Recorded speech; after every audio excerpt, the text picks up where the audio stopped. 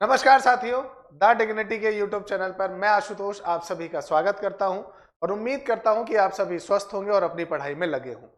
दोस्तों, आप सभी को पता है कि रेलवे के अंतर्गत एएलपी या असिस्टेंट लोको पायलट जो है उसकी वैकेंसी का इंतजार 2018 से विद्यार्थी कर रहे हैं और कल आपका जो है एक नोटिस जो है एम्प्लॉयमेंट न्यूज का वो सर्कुलेट हुआ, व्हाट्सएप के जरिए सर्कुलेट हुआ, टेलीग्राम के जरिए सर्कुलेट हुआ और उसको लेकर हमने एक वीडियो भी बनाई और उसमें हमने देखा कि हो सकता है वो आपका जो सर्कुलेट हुआ है वो लगभग लगभग सही हो। और जैसा कि हमारा दावा था, जैसा कि हम सोच रहे थे, सेम उसी प्रकार का हुआ। आपका जो रेलवे की वेबसाइट्स है, आरआरबी की जो वेबसाइट्स है, उसमें जो जम्मू का आपका जो रेलवे डिपार्टमेंट है उसमें आपका ये नोटिस अपलोड की गई।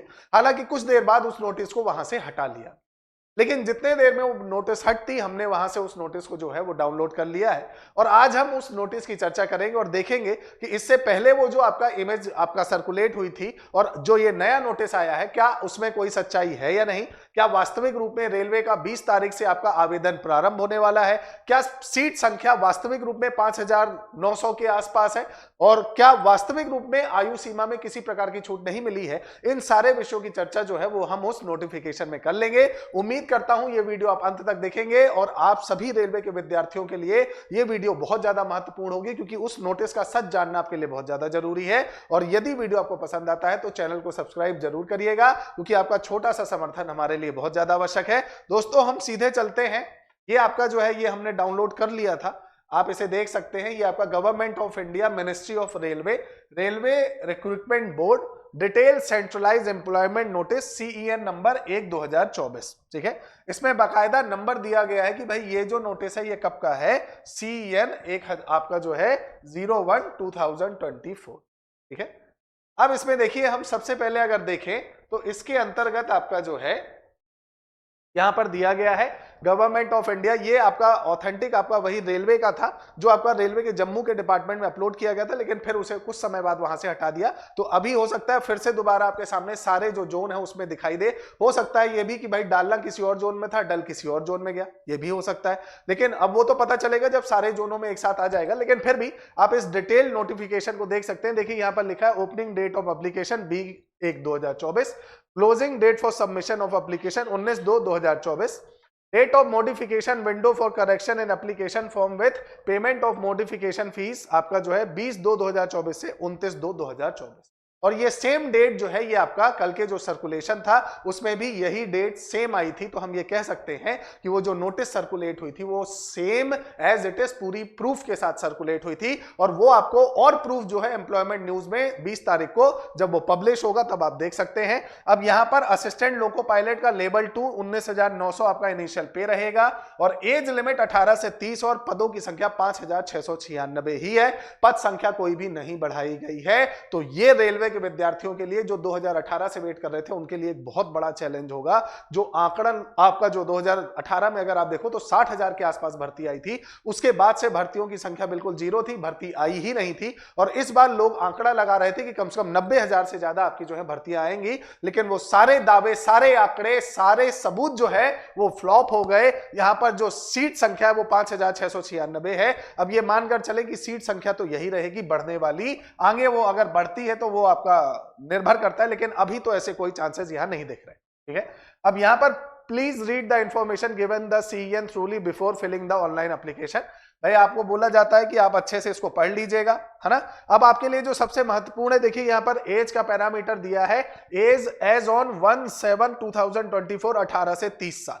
एज जो काउंट की जाएगी वो 1/7/2024 से की जाएगी और 18 से 30 साल दी गई है और ये जनरल वालों के लिए एज लिमिट दी गई है। दोस्तों, अब यहां पर सबसे ज्यादा जो बच्चे हैं वो सबसे ज्यादा परेशान हो रहे हैं एज लिमिट को लेकर। उनका मानना था कि एज लिमिट कम से कम 6 साल के गैप में अगर आप पेपर ले रहे हैं तो कम से कम 2 से 3 वर्ष का एज लिमिट या एज गैप आपको देना चाहिए। लेकिन यहां पर ऐसा कोई भी एज गैप का या एज आपका जो रिलैक्सेशन है वो यहां पर कोई प्रावधान नहीं दिखता है। ठीक है, after the submission of online application, if a candidate wishes to further modify, change or correction, accept detail filled in a create on account form, the mobile number and choose an RRB, मतलब जो board उसने choose किया है, modification fees will be 250। मतलब अगर आप कोई एक बार फॉर्म भर देते हैं उसके बाद आप कोई मॉडिफिकेशन करते हैं तो 250 रुपए आपका चार्ज लगेगा। ठीक है। यहां पर बताया गया है कि भाई देखिए after 29/2/2024 RRB shall not entertain any representation of modification of the information furnished in the application, मतलब जो भी है वो 29 तारीख तक का ही है, उसके बाद कोई भी चेंजेस ये अलाउ नहीं करेंगे, ठीक है। अब यहां पर देखिए एक बार हम इसको थोड़ा सा और ध्यान से देख लेते हैं, इसमें सारी चीजें इसी तरह से दी गई हैं, ठीक है। ये आप पूरा नोटिफिकेशन जो है ये आप स्वयं से भी देख सकते हैं, ठीक है। अब इसमें आपका जो है बाकी चीजें भी यहाँ पर दी गई हैं। अब सबसे इंपॉर्टेंट जो हमें चीजें देखनी है वो है एज रिलैक्सेशन। ये देखिए एज लिमिट जो है वो एज लिमिट कहां से बताई गई है, 18 से 30 साल बताई गई है और 1/7/2024 से बताई गई है। छूट जो है SC ST को 5 साल की दी गई है, OBC को 3 साल की दी गई है, एक्स सर्विसमैन को 3 साल, आपका एक्स सर्विसमैन OBC 6 साल, एक्स सर्विसमैन SC ST 8 साल, ठीक है।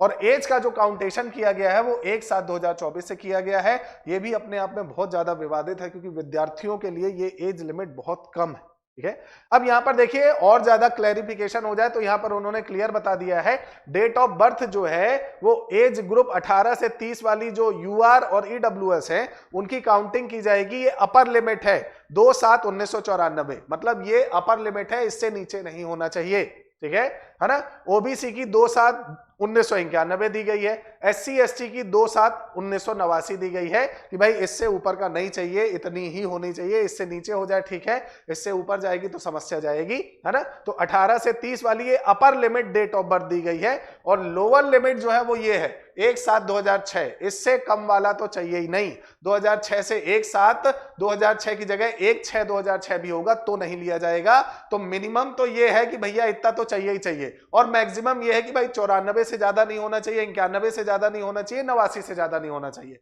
और ये सबका सब काउंट किया गया है 1/7/2024 से। कब से किया गया है अगर देखा जाए तो 1/7/2024 मेन टारगेट लिया गया है ना। अब यहां पर देखिए क्वालिफिकेशन जो है वो आप सभी को पता है कि क्वालिफिकेशन के लिए आपका जो है एसेंशियल क्वालिफिकेशन आपका जो है उसमें must already have the prescribed educational and technical qualification होना चाहिए, प्लस आपका फाइनल एग्जामिनेशन यहाँ पर आपका मतलब वही है 10th प्लस ITI जो डिमांड की जाती है सिर्फ वहीं पर यहाँ पर कोई बदलाव नहीं किया गया है। फीस की अगर बात की जाए तो देखिए जो CBT फर्स्ट है उसकी फीस जो है 500 रुपए रखी गई है और जो SC ST ex serviceman female है उनके लिए 250 रुपए रखी गई है। और यहां पर यह कहा गया कि जो सिर्फ CBT फर्स्ट देंगे उसके बाद CBT सेकंड अगर क्वालिफाई नहीं कर पाते, नहीं देते हैं तो 400 रुपए उनके रिटर्न हो जाएंगे, लेकिन तभी जब वो सिर्फ CBT फर्स्ट देंगे। अगर CBT फर्स्ट देने के बाद क्वालिफाई हो जाते हैं और सेकंड में जाते हैं तो फिर उन्हें ये 400 रुपए रिफंड नहीं मिलेगा, वो सीधा सीधा यहां लिखा, ठीक है ना। तो आप यहां पर देख सकते हैं और यहां पर भी लिखा है कि 250 रुपए रिफंड हो सकता है SC ST एक्स सर्विसमैन का, लेकिन तब सेम कंडीशन कि अगर उन्होंने सिर्फ क्या देना है CBT फर्स्ट देना है ना। ये यहां पर सीधा सीधा लिखा है only candidate who attend the CBT first will get a refund on their examination fees. Mode of fees payment ये आपको पता है कि हाँ भाई जब फॉर्म भरोगे तब तो पेमेंट आपको देना ही है। रिफंड ऑफ एग्जामिनेशन फीस वो मैंने अभी आपको बता दिया, ये वर्टिकल रिजर्वेशन है ना। इसके साथ साथ रिजर्वेशन पर्सन इंपॉर्टेंस, ठीक है। EWS इकोनॉमिक वीकर सेक्शन जो है उनका दिया गया है, हॉरिजॉन्टल रिजर्वेशन दिया है। अब एक बार इसमें जो है हम मोड ऑफ सर्टिफिकेशन आ गया, रिक्रूटमेंट प्रोसेस जो है वो यहां पर देखो सीधा सीधा दिया है। ये है फर्स्ट स्टेज, भाई फर्स्ट स्टेज मतलब CBT फर्स्ट होगी, ये पहला स्टेज है। सेकंड स्टेज CBT 2 होगी, फिर कंप्यूटर बेस्ड एप्टीट्यूड टेस्ट होगा, है ना, और फिर डॉक्यूमेंट वेरिफिकेशन होगा, फिर मेडिकल एग्जामिनेशन होगा। ये 5 आपके जो है प्रोसेस बताए गए हैं, 5 चीजें हैं आपकी, है ना। तो वो यहाँ पर डिफाइन की गई कि भाई ये 5 प्रोसेस है, इस प्रोसेस के अनुसार आपका पेपर होगा। फर्स्ट स्टेज जो CBT फर्स्ट है यहां पर दिया गया है will only be screening exam for short listing eligible candidate for CBT 2 based on their normalisation marks and merit, ठीक है। The marks of CBT first shall not be counted preparing the final panel, मतलब ये सिर्फ qualifying होगा। Candidate belong to OBC SC ST who are short listed for CBT 2 availing relax standard of age shall counting to be treated as a candidate of their respective reserve community only for all subsequent stage of this requirement process. मतलब जो आपके SC ST OBC वाले हैं उनको age relaxation दोनों में मिलेगा, CBT first CBT second. Pattern दिया गया फर्स्ट का 60 मिनट होंगे, 75 क्वेश्चन होंगे, हर एक क्वेश्चन 75 आपका जो है हर एक क्वेश्चन जो है 1 नंबर का होगा। माइनस मार्किंग 1/3 है। नॉर्मलाइजेशन मार्क्स जो है वो मिलेगा मल्टीपल शिफ्ट में होगा तो, और मिनिमम क्वालिफाइंग है भाई जनरल EWS के लिए 40%, OBC के लिए 30, SC ST के लिए 30 और ST के लिए 25%। ये CBT फर्स्ट का बताया गया है।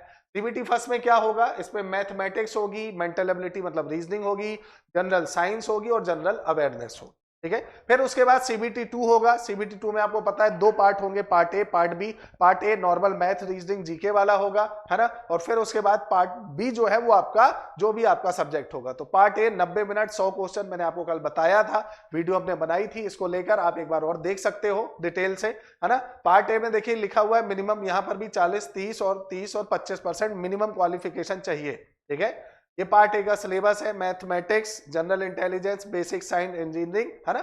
फिर उसके बाद पार्ट बी है वो आपका ट्रेड से रिलेटेड होगा और उसमें सीधा सीधा लिखा है क्वालिफाइंग करना है 35% तो चाहिए ही चाहिए पार्ट बी में, ठीक है, जो भी है आपका, है ना। अब उसके बाद देखिए यहाँ पर पार्ट बी क्वालिफाइंग टेस्ट है, qualifying wise group of trade subject, जो ट्रेड है उसमें क्वालिफाई करना पड़ेगा, ठीक है। फिर computer based aptitude test, candidate equal to 8 time of number of ALP vaccine vacancy for each notified community on the basis of their mark in part A of CBT2 and application of reservation rules provide the qualifying in part B of CBT2। मतलब part B में qualifying होना है और part A में उसके जो numbers हैं उन सबसे डिफाइन होगा कि वो आगे CBAT देगा या नहीं देगा, ठीक है। फिर उसके बाद आपका डॉक्यूमेंट वेरिफिकेशन होगा। अब अप्लाई कैसे करना है वो आपको गवर्नमेंट की वेबसाइट में ऑनलाइन आप अप्लाई कर सकते हैं और ये 20 तारीख से चालू होगा। अब यहाँ पर अप्लाई करने के RRB के बोर्ड दिए गए हैं, भाई कौन कौन से बोर्ड हैं, कहाँ कहाँ से आपको अप्लाई कर सकते हो आप। अब यहाँ पर सबसे इंपॉर्टेंट है जो अभी तक बच्चों के दिमाग में आ रहा है कि सर क्या वैकेंसी वास्तविक रूप में 5600 के आसपास रहेगी, तो देखो बेटा यहाँ पर इन्होंने पूरा बकायदा बता दिया है कि किस राज्य में किस जोन में कितनी वैकेंसी है। तो मेरे हिसाब से तो अब यहाँ पर कोई चेंजेस अभी मुझे नहीं लगता। ये असिस्टेंट लोको पायलट के लिए क्वालिफिकेशन है, देखिए मैट्रिकुलेशन और बाकी चीजें जो है, मैट्रिकुलेशन आपका SS कोर्स ये आप देख सकते हैं। ITI मेनली तो आपको याद रखना है कि भाई ITI। अब ये देखिए ये आपका जोन वाइज सीटें बता दी गई हैं भाई। अहमदाबाद जोन है उसमें टोटल 238 है, अजमेर 228 है, बेंगलोर 473, भोपाल की आपकी जो है भोपाल की 2 है 219 और 65, भुवनेश्वर की 280, बिलासपुर की 124, आपका जो है बिलासपुर की 2 है 1192 और 124, चंडीगढ़ की 66, चेन्नई 148, गोरखपुर 43, गोवाहाटी आपका जो है 62, जम्मू और श्रीनगर 254, इसी में ही डला था ये नोटिफिकेशन। कोलकाता आपका जो है 2 है 254 और 91, मालदा 161, मालदा की भी 2 है 56, मुंबई का आपका 2 है 26, 3 है मुंबई की 26, 110 और 411, मुजफ्फरपुर की 38 है और पटना की 38 है, प्रयागराज की 2 है 241 और 45, रांची की 1 है 153, आपका सिकंदराबाद की 2 है 199 559, सिलीगुड़ी की 67 और तिरुवनंतपुरम की 70, टोटल 5696, है। तो 5696 जो आपकी टोटल वैकेंसी है उसका जोन वाइज यहां पर डिफाइन कर दिया गया है कि ये जोन में है, ठीक है। ये कास्ट सर्टिफिकेट और बाकी चीजें हैं। तो अब मेरे हिसाब से तो आप ये उम्मीद मानकर चलिए कि देखिए अब आपके सामने या तो कल सुबह से पहले या आज रात तक नोटिफिकेशन हर जो जोन है उस जोन में देखने को मिल जाएगा और सीट संख्या अभी भी यही रहेगी। अब आपके पास 2 ऑप्शन है, पहला या तो आप अपनी आवाज उठाएं, बुलंद करें कि भाई ये जो मामला है इसको बढ़ाना चाहिए, सीट संख्या बढ़नी चाहिए, और दूसरा आप अपनी तैयारी में जुटे। वो दोनों निर्णय आपके हैं क्योंकि सीट संख्या बहुत कम है, कंपटीशन लेवल बहुत ज्यादा होगा, लेकिन आपको भी एक सीट चाहिए और बाकी सीटों से आपका कोई लेना देना है नहीं। तो अगर आप तैयारी अच्छे से करते हैं तो ये एक सीट जो है वो आपकी हो सकती है। किसी भी प्रकार की अगर कोई समस्या आप फेस करते हैं तो कमेंट सेक्शन में बता सकते हैं। आगे जो भी डिटेल आएगी हम तुरंत आपके पास वीडियो के जरिए उसे पहुंचाने का कार्य करेंगे। उम्मीद करता हूं आपने चैनल सब्सक्राइब कर दिया होगा। मिलेंगे अगले वीडियो में। जय हिंद, जय भारत।